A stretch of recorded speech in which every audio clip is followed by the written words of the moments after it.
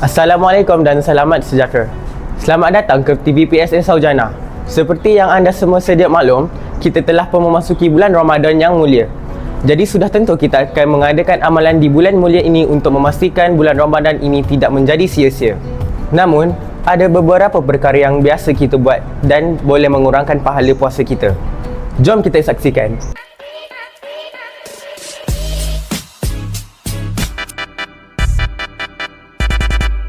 Jom.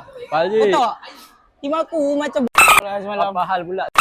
Aku nak dapat Xavi.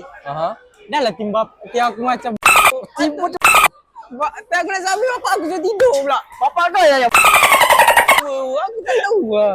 Itulah, suruh tidur tak nak tidur. Baru bukan 11 lebih. Dia dah suruh tidur. 11 lebih. 11 lebih baru. Aduh.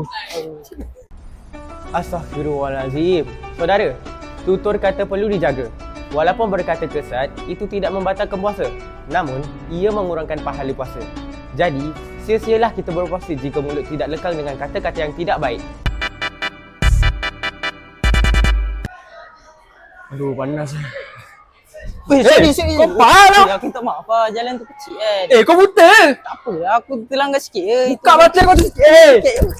Dah lebih-lebih lah, Pal. Aku langgar kau sikit je, bukan. So pada bulan puasa kita perlu turunkan ego kita sebelum kita memarahi seseorang. So kalau pada bulan puasa kita ingin memarahi orang, kita perlu bersabar, tenangkan diri dan banyakkan berzikir.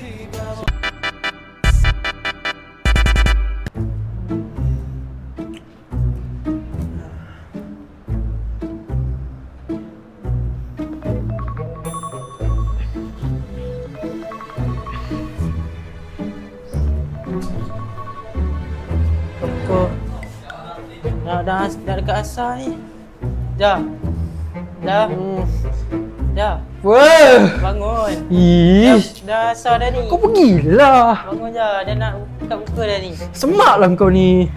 Bangun. Biarlah aku buat masing-masing. Kata kita solat ke apa dulu. Diamlah. Dah. Sama tidur lah. Belah. Pada bulan puasa janganlah melalaikan diri dengan melakukan perkara yang tak berfaedah. Sebab itu, baiklah kita melakukan benda yang berfaedah seperti menunaikan solat, membaca Al-Quran dan berzikir sepanjang hari.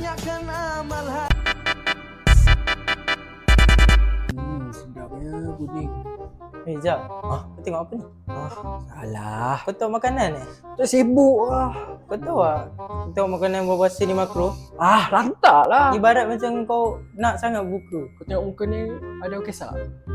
Tak kan? Aku dah banyak kali tegur kau je. Ui, Kau penat satu lama. pun kata. Dah Diam, lah, Mat. tutup lah je. Dah ngoi. Semak biar aku tidur. Kalau aku pula sama. Lahir melihat video yang boleh membatalkan puasa kita. Sebaiknya kita melihat video yang mempunyai ibadah dan zikir untuk memberi manfaat kepada kita pada bulan puasa. Sekian.